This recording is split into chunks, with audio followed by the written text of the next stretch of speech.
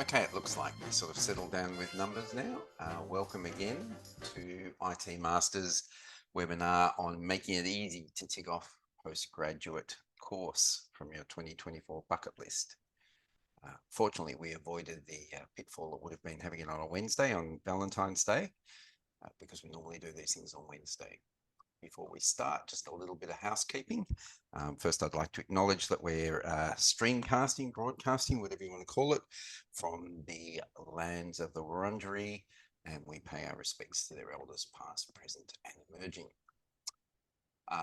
Other housekeeping notes, there is chat there. I said that nobody said hello yet, but feel free to chat amongst yourselves on the chat. Hi, Michael.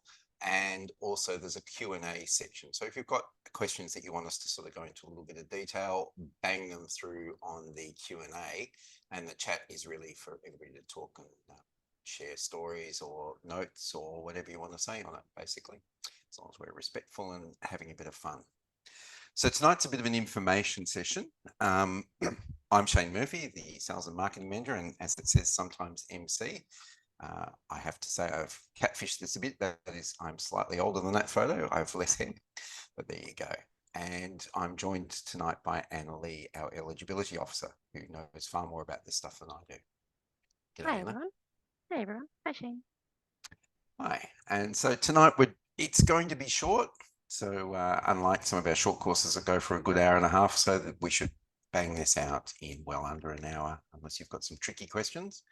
Essential will tell you a little bit about who IT Masters are. You may already know some of that because you've probably been on our mailing list for a little while. A little bit about what we offer, the pathways to success in postgraduate study, a little bit about how we help you in shortening your study time and helping with fee options as well. So let's get into it. So we were founded back in 2002 specifically to set up an online postgraduate IT provision business with Charles Sturt University, who at the time were the only people that were interested in doing something so innovative. I mean, as you can imagine in those days, the universities were very little online. It was all dial-up. And yes, we will be sharing a recording of this session at the end of it. It is being recorded, as you may be aware. I believe it is, yes. So yes, 100% online. We've always been 100% online, although we say that in the early days, we actually had to mail out textbooks as well as being online. The lectures have always been online and the tutorials. So we're pioneers in this field, particularly in IT. And we've been leaders for the 19 of the past 22 years. If you look at our little beautiful graph here, which comes from the official DSE results, while we weren't the biggest last year, it looks like Torrens did something super special because they grew enormously. We've been the biggest or the second biggest every year for nearly every year since we started. And taking Charles Sturt's data, if you added up all those little sticks into one thing, they would be far higher than everybody else's.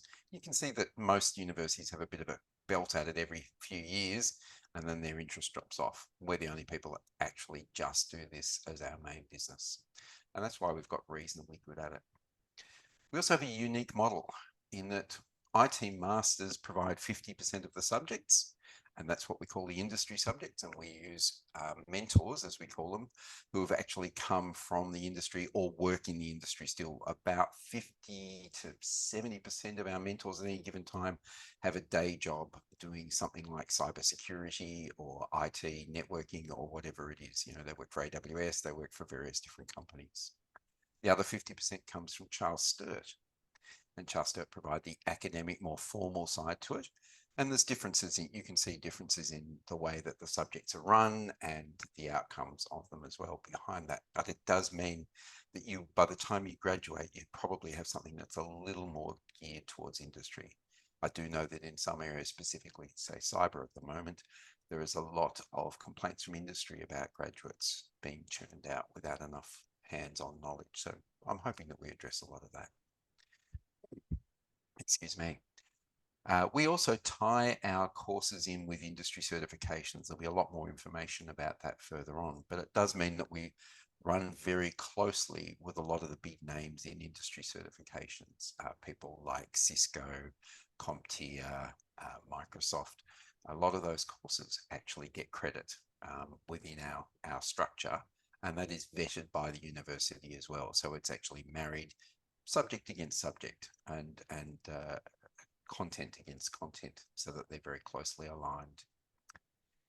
We have a high level of student support, probably higher than most universities. I wouldn't call it hand-holding as such, but when you've got problems, and there are always problems with big organizations and IT systems and trying to get things and navigate your way around, our staff and our team are there to help you, whether it's plotting out and helping you map your course to start off with so that you get the best value for what you're trying to do and get the course done with the subjects you want to do, or whether it's a problem somewhere down the track with one of the referencing tools or something like that, where it says that you've been taking information from somebody else when you haven't. And also, as a way into it, we offer free short courses, and the free short courses basically parallel our real courses. Often they are small chunks of information from the full paid courses. And we have had over 500,000 people do our free short courses over the last probably 15, 16 years. I know it's really only the last 10 years they've been really in use largely, but we were starting with them before that. And they're a lot of fun. I'm sure that a lot of you here have probably done one or more of our short courses, even if you haven't passed the exams.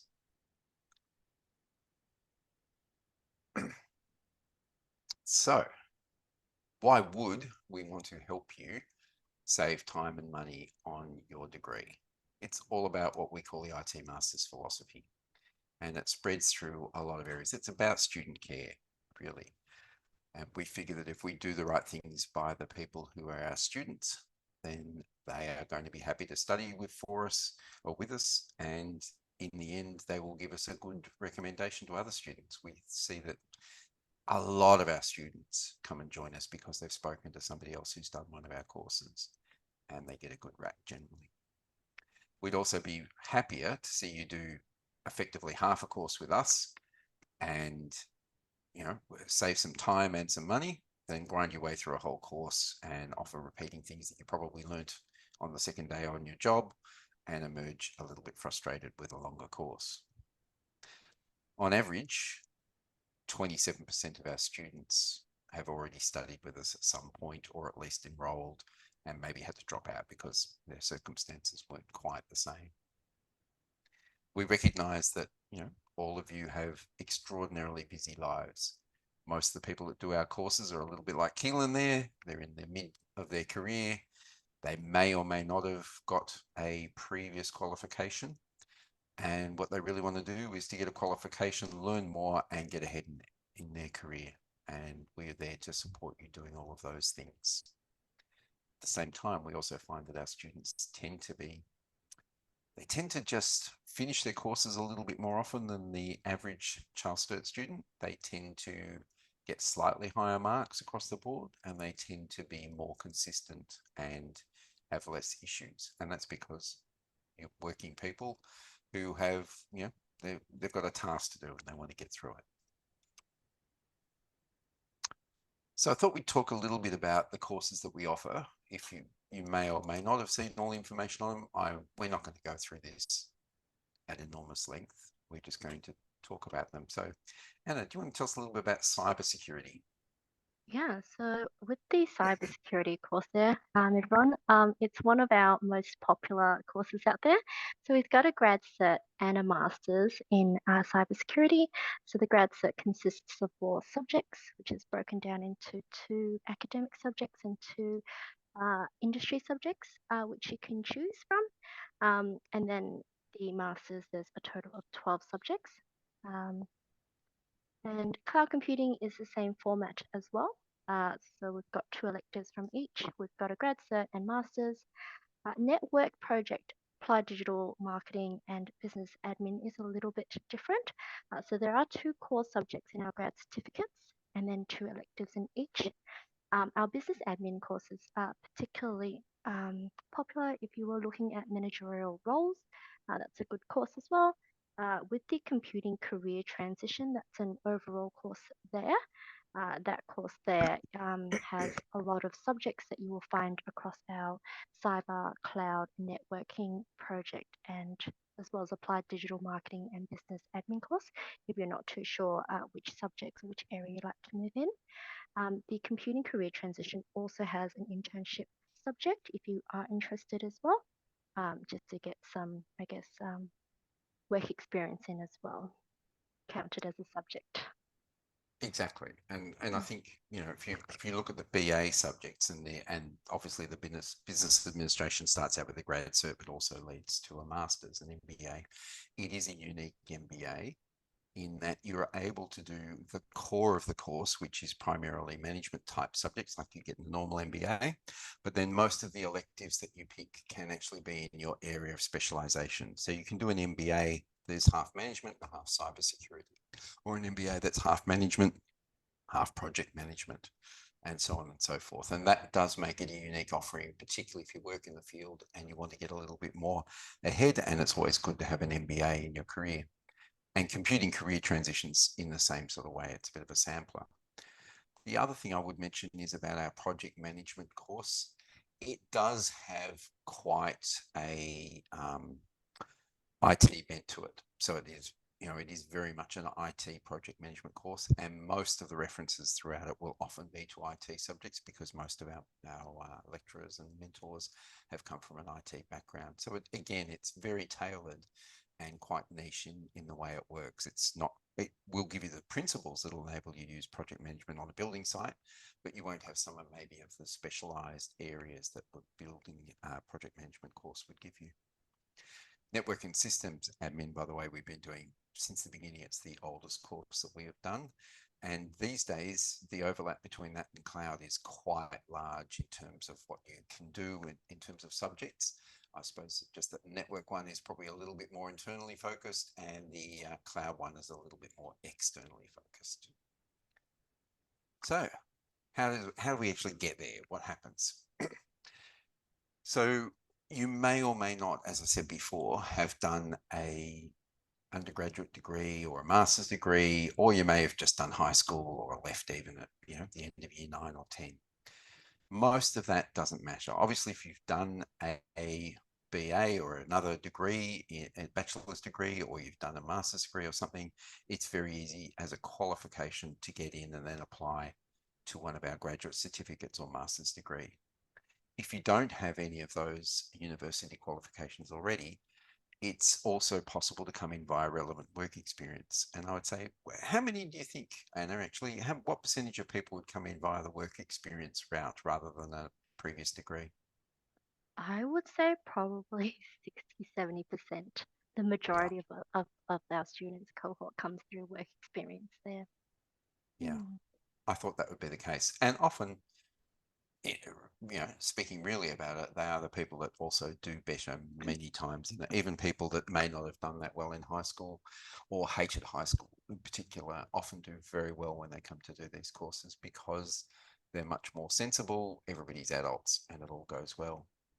We also have the free short courses that in the beginning, and the good thing about those is that they're set at the similar level so that if you've passed a couple of the short courses, then you're unlikely to be surprised by anything major in the full-on courses. Yes, of course, there'll be much more assignments and harder work, but overall, the format and the way they work is very similar and the content is pitched at the same level. There's little stars there that say you can actually do fewer subjects if you've got industry certifications, and we'll talk a little bit more about that as we go along. So the first thing you do if you don't have an extra degree is you find out if you're eligible, and we have a form on our website called the eligibility form. It's www.itmasters.amIeligible. And Anna actually looks after that area, and that form it's a little bit like a job interview or job application. You just put out a bit of your experience on your resume, and then we get back to you and have a chat to you about how we can fit you in. Nearly always we can find enough relevant work experience. If you've been working, is it more than 2 years in the field, Anna? Yeah, that's correct. Minimum of Yeah. 2 years to get Yeah. in. Hmm. And that makes a difference because often, people have been working 5 or 10 years or more by the time they apply. So it's very easy for them to then get into the course.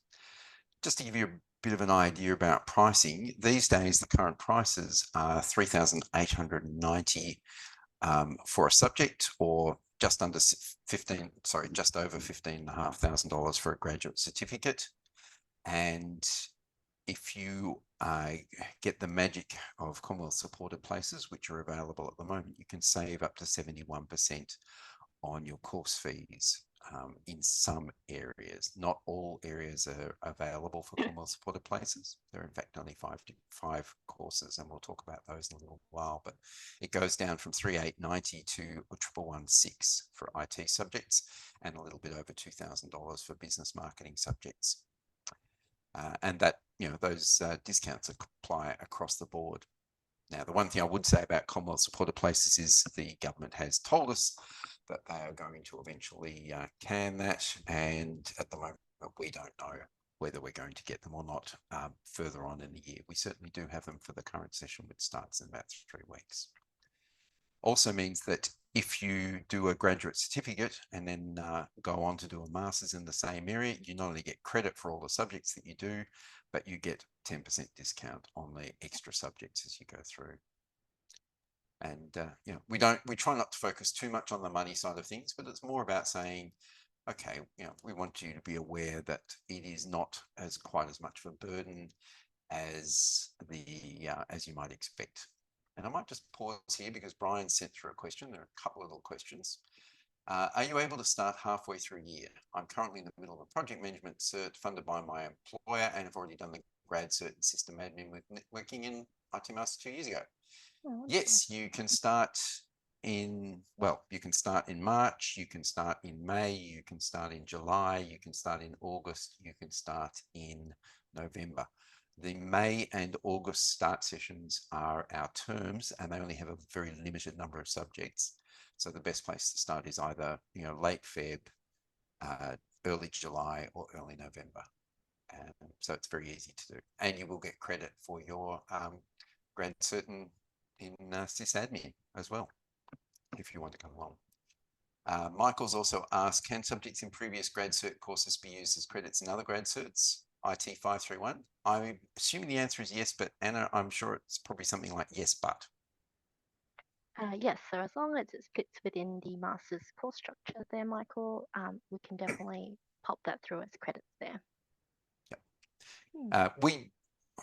Contrary to what you might think, we try and maximize your credits rather than try and minimize them. We see no benefit in having fights with people about credits and where credit's due, and why would you want to repeat the same subject, same material twice if there's a good reason not to do so. Doesn't mean that our standards are lax. In fact, our standards are quite high. Cool. So tell us about credit. Alrighty. So there are 4 ways to shorten your study time.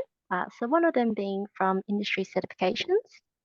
Another is through previous postgraduate studies. So this is for subjects that cover 80% of the same material as the subject in our courses.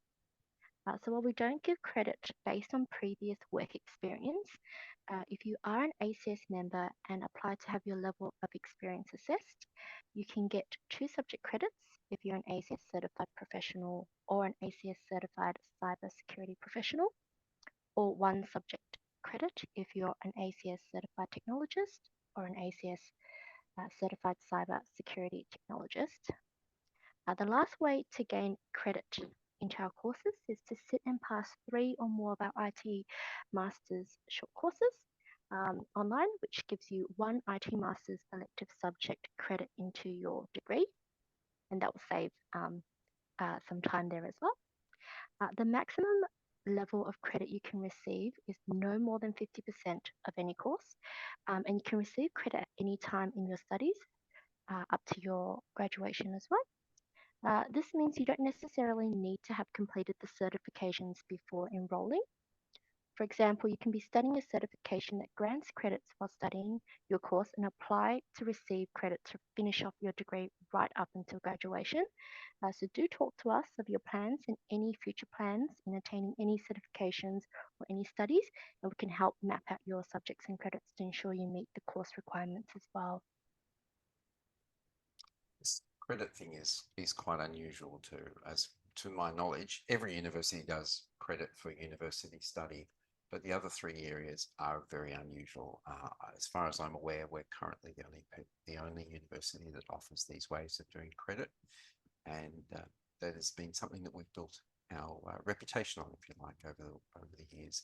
And each of the credits, as I said, are all signed off by Charles Sturt. We go over them with a fine tooth comb, and then they go over what we go over, because TEXA is always around. So tell us a little bit more about industry certs. Sure. So you may have seen some of these vendors on the screen, such as CompTIA or EC Council before, especially if you've been working within the IT industry for some time. And maybe as part of your job, you've obtained some of these certifications through these vendors. An example of how these certifications may exempt credit, you may hold, for example, a CompTIA Security Plus certificate. This will exempt you from our ITI 581 Cybersecurity Fundamentals subject. Another example, if you hold an ISC squared CISP certification, which is a massive certification to attain, you may be exempt from 2 to 3 subjects depending on the course that you're selecting. We have conducted over 2,000 individual assessments in the last year, and you're more than welcome to check them out on our website. If there's any that's not listed there, feel free to get in touch or complete our eligibility form, and we can get back to you and have that formally assessed. Of course, not all certifications qualify. There are a number of certifications that are considered below postgraduate level, or they don't cover similar enough subjects to be eligible. Yeah, so obviously things like Cert 4s and Cert 3s don't qualify. Mm. We're actually quite proud of the certification finder, the credit finder on the website as well. We've put all of the industry certifications that we've approved, and we do go through those all the time. Part of Anna's job is when they're being updated, such as I believe a whole pile of Microsoft ones have been updated recently, we go Mm. through and recertify each of them and make sure that they're still meeting the same standards and still have the same equivalence to some of our subjects, because at the same time, of course, our subjects may also change as well. So it is always worth asking us, and that's the thing I keep stressing about it. If you've got questions, just ask us.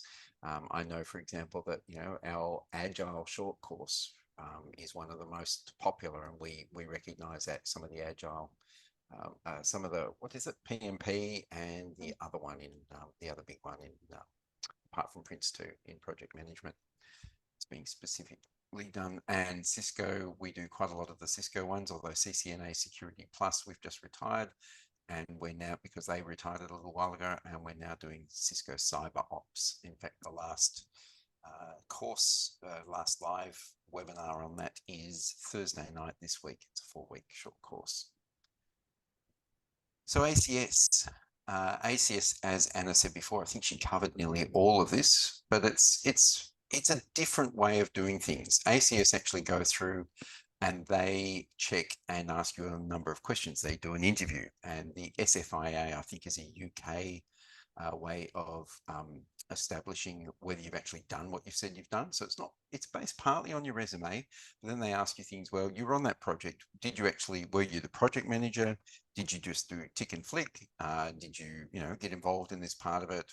Were you running it? Were people reporting to you? All of that sort of stuff. So it's not designed to be at all scary. It might sound a little bit from what I was saying before, but the thing about it is it's reasonably thorough, and that's why it comes with such a stamp. It's like getting a CPA if you're an accountant. It is very highly regarded and well recognized, and that's why we give 2 subjects of credit to a CP and 1 subject of credit to a CT, which is their entry-level setup. Now, the good thing about it is that we managed to get Charles Sturt to sign off on the credits, because if you look at it this way, you're going to pay around about $375 for membership of the ACS and about $345 for the certificate, to go through the process of certification. that's going to give you either 3,890 or, over 7 and whatever it is, 7.4 about in benefit to you. I don't believe there's any other legitimate non-dodgy, no scheme involved that is worth 5 or 10 times the investment that you make. And I cannot recommend ACS highly enough. They are really good people to work with. We do a number of sessions with them each year from their premises down here in Melbourne at Docklands, and we broadcast from there a couple of sessions each year. We will do another session on ACS certification later in the year, because it does always surprise me that so few people make use of this, 5 to 10 times investment return, because I think it is magnificently valuable and a really good deal for everybody. But moving on from that, we're now talking about previous university study at a Sandstone College or other. So with the university studies there, you can definitely get your credits assessed, subjects assessed from prior postgraduate degrees. So long as there's an 80% content match, we can definitely grant credits for those subjects there as well.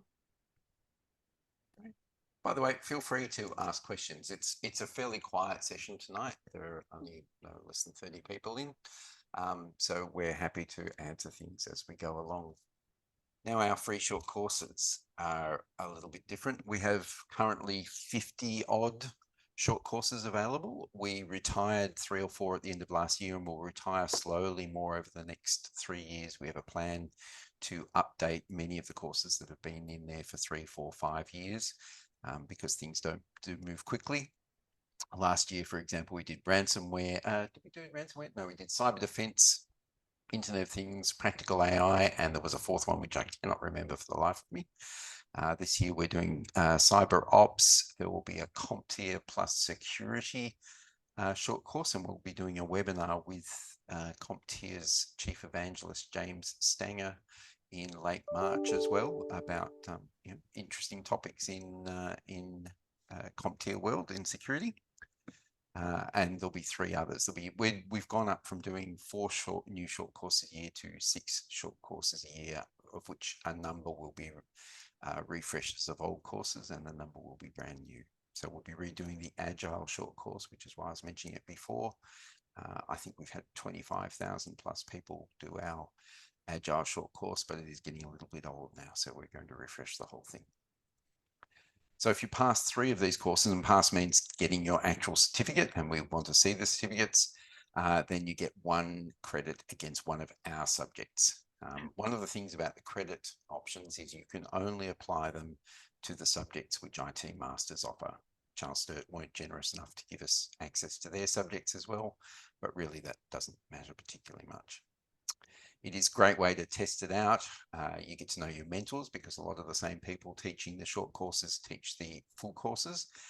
And as Anna said, you can apply the credit anytime. So what we've been saying to people, for example, is if you happen to get into a CSP graduate certificate, that's not the time to use your credit. You want to hold your credit back until you're later on doing the last part of your master's, maybe if you want to keep going on a master's.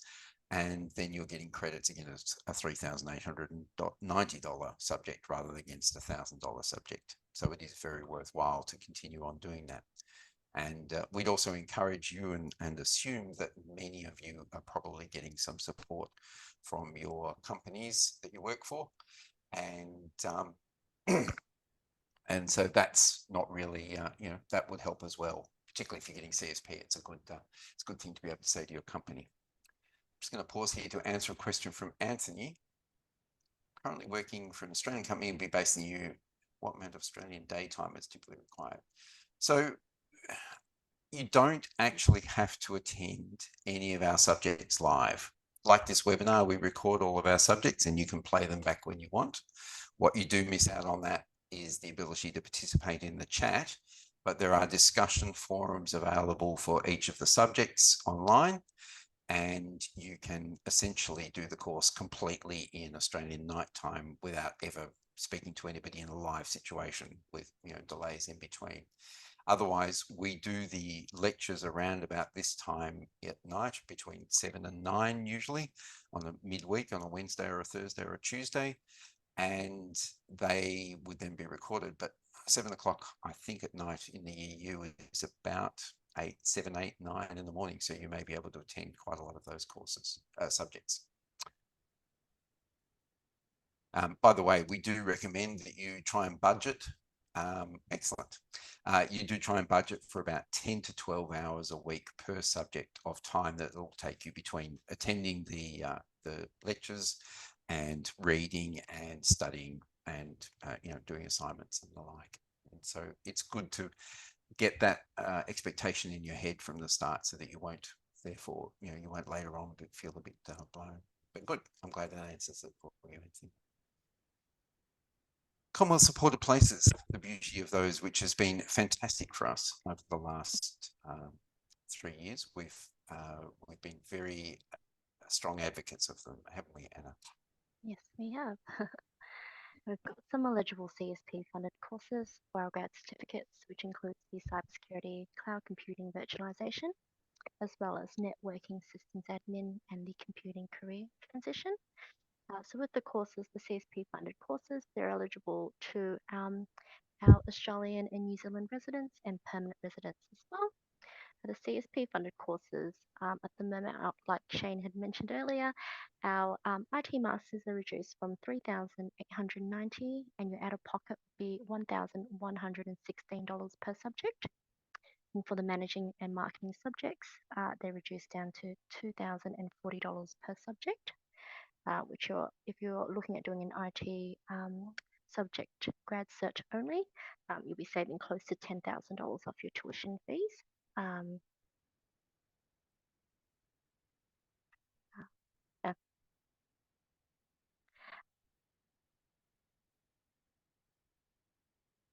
Sorry, I wasn't trying to interrupt you That's then. okay. That's all right. And you only need to, if you were looking at, so at the moment, our CSP is, like Shane mentioned, is planned to end late this year.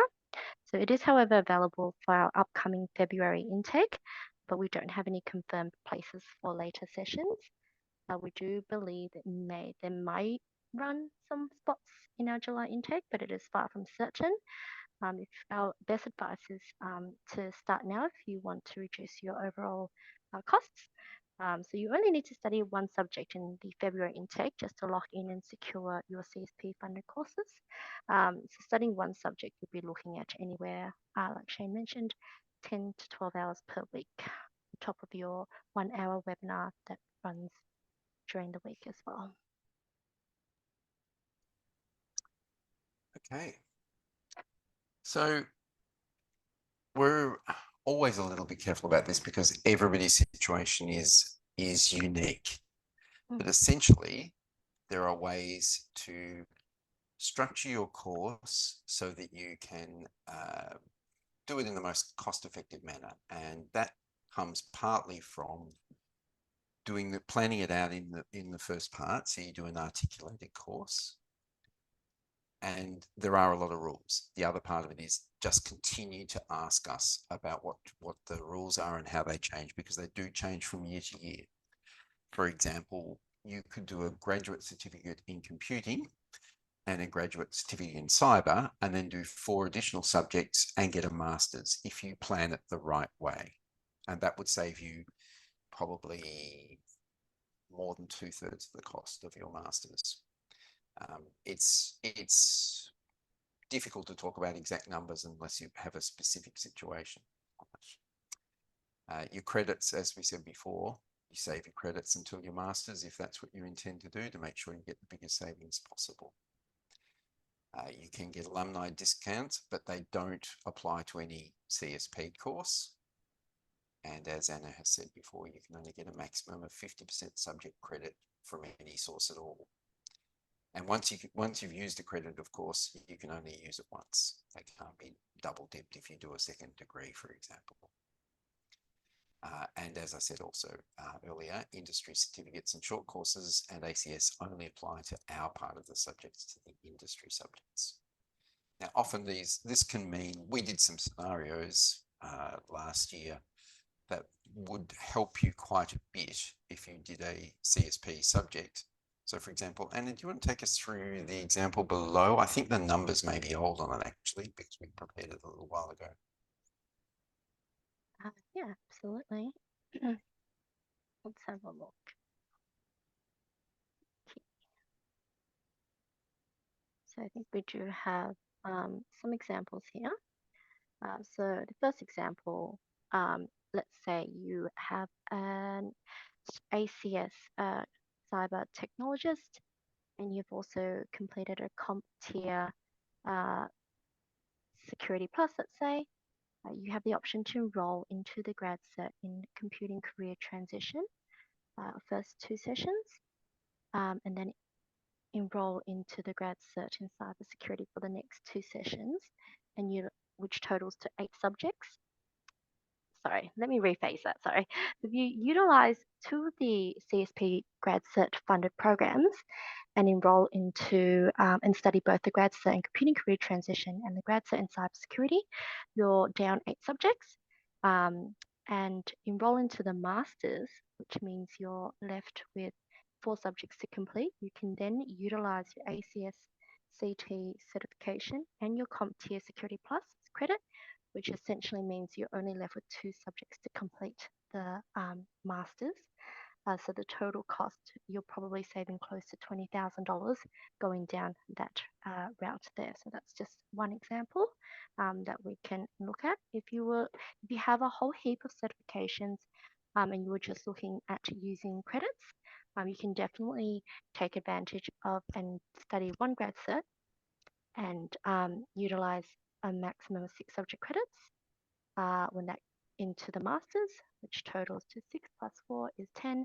Then you're left with 2 subject credits as well to study under the masters. But we can work that out if you do want to get in touch, and we can personalize that towards for everyone's plans as well. Absolutely. I think that is the thing. I'm listening to us talk about it, and I know it's a lot of numbers and a lot of blah. And that is because the rules on what we can do and what you're able to do change regularly and to some extent a little bit complex and frustrating.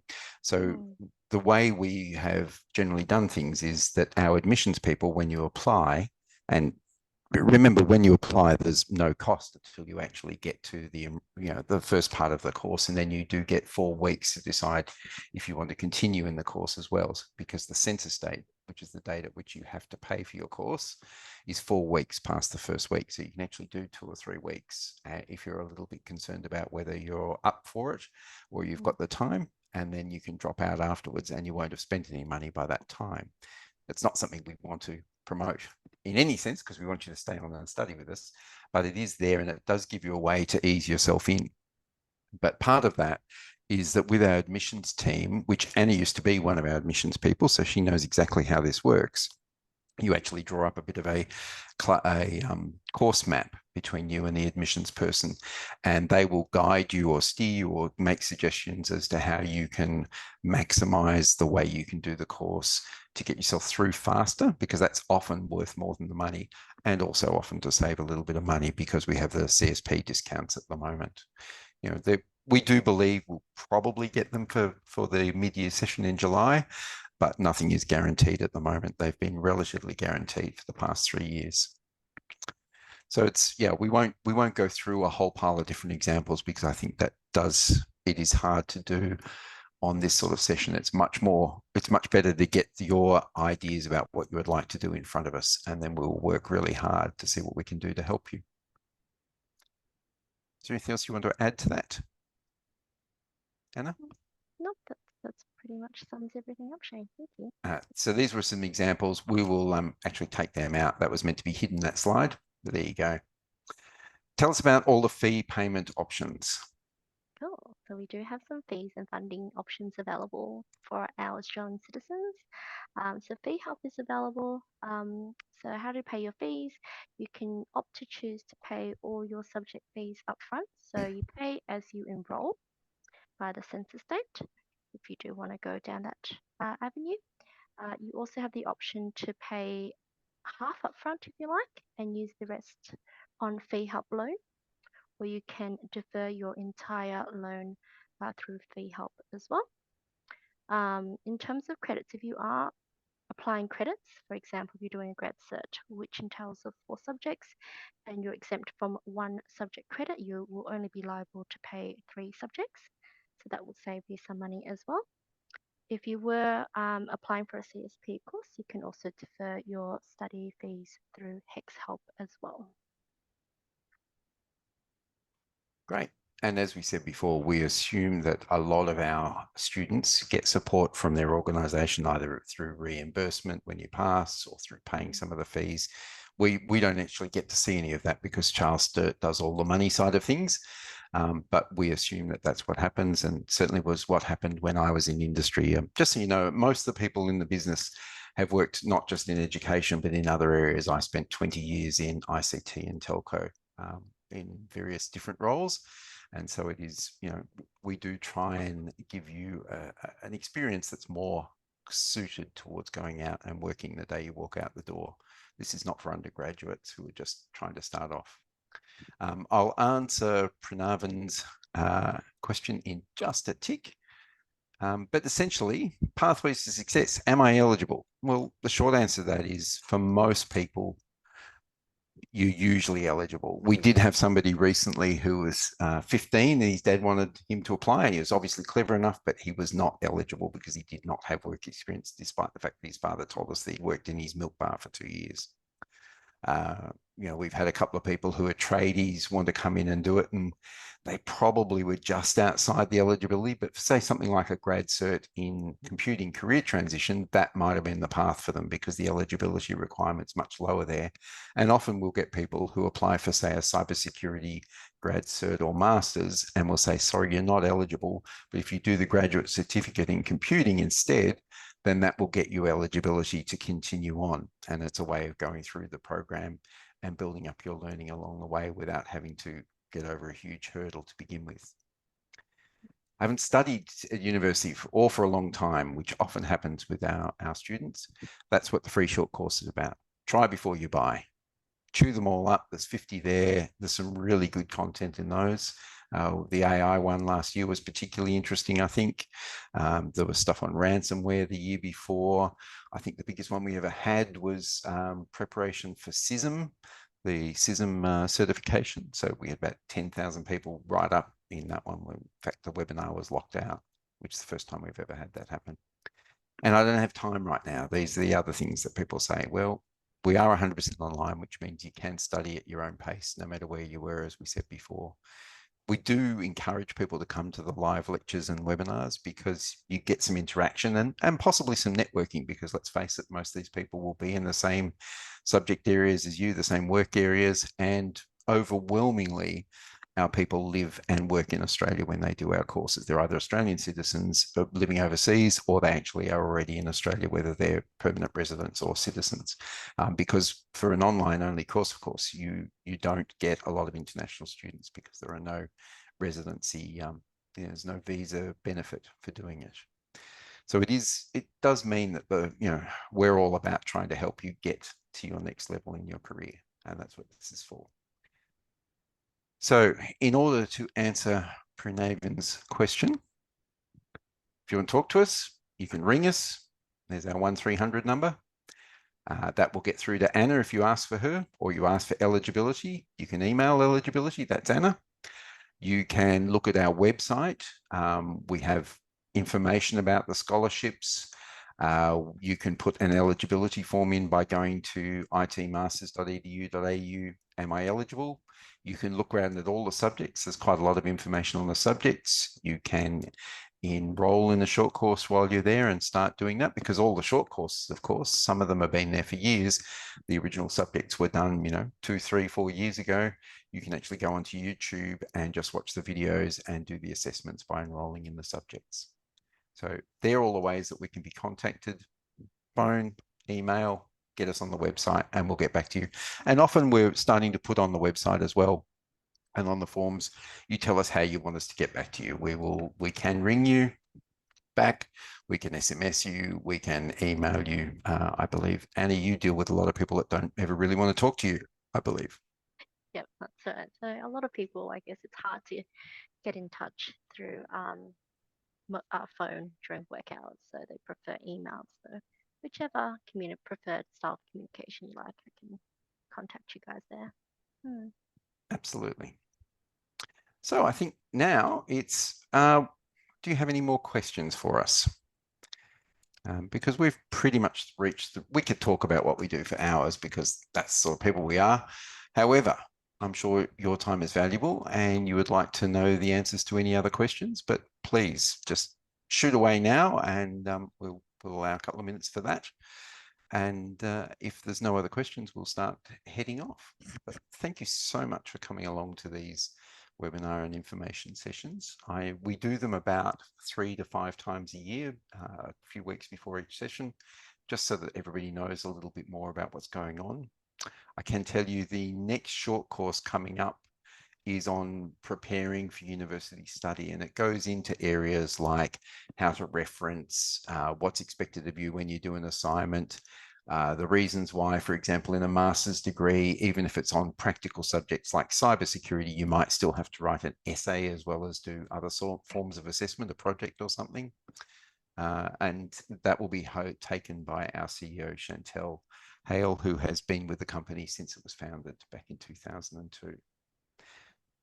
But yes, if there are no other questions, I would like to say a very big thank you again for coming along, and a huge thank you to Anna for doing this, giving us her time, and have a lovely evening, everybody. And if you want to get in touch, just email us or ring us. You can get either of us or anybody in the business anytime. Thank you. Thanks, everyone. Have a great evening.